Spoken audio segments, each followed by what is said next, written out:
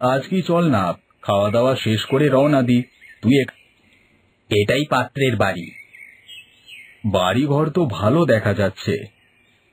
তোকে তো বলেছি পাত্রের সবকিছু ভালো। ওই তো রাহুল উঠানে বসে আছে, চল। রাহুল, তুমি এখানে বসে কি করছো? রান্না করব, তাই তো তরকারি কাটছি।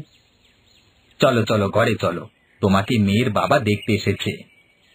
হ্যাঁ, বাইরে দাঁড়িয়ে না থেকে ভেতরে চলুন। তা তুমি একাই থাকো এখন?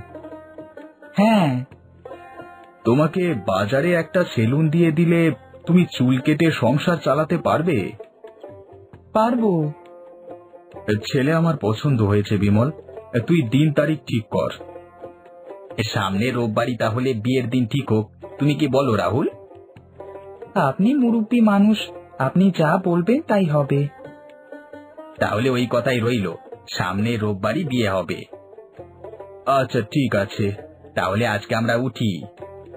আচ্ছা, আসুন।